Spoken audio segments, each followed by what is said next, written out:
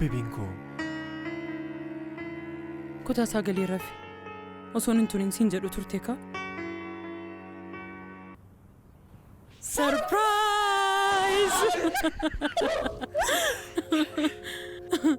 Si qofaa yaadataa jaalala keenya durii eenyutu taasise? Akka araaramtaniif. Maal inni jechuun koo kan eenyuti? Kan keeti bareedaa kun. Hararraa eegalee galgala piyaanoo nuuf taphatta tole akka kaleessaa garuu nu gattee hin deemtu.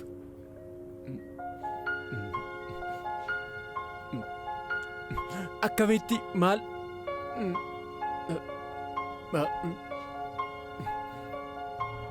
Qaaliidhaam. Eeyyiin gaayyiin bilbilee waa'ee piyaanoo na gaafate. Achi ani immoo yeroo baay'ee na yaadan ture. Garuu naan milkoofne ture. Sana booda miira keessan gale baay'ee. Achi piyaanoon kun immoo gatii gad bu'aatiin gurgurama ture.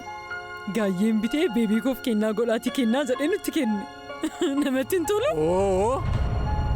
Wiilcharii beebiitiif yaalii isaatiif dhiphachuu isaarra kan hanqate piyaanoo bitaa? Sirriin goone bareeddu koo. Sirriin goone.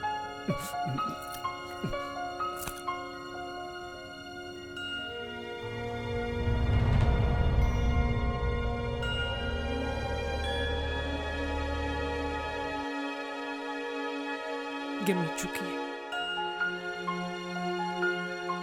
Kolfa kee dhumaan arga jedhee yeroon jarjaru. Akkasitti yoon hawwu ati immoo gammachuu koo na jalaa balleessita?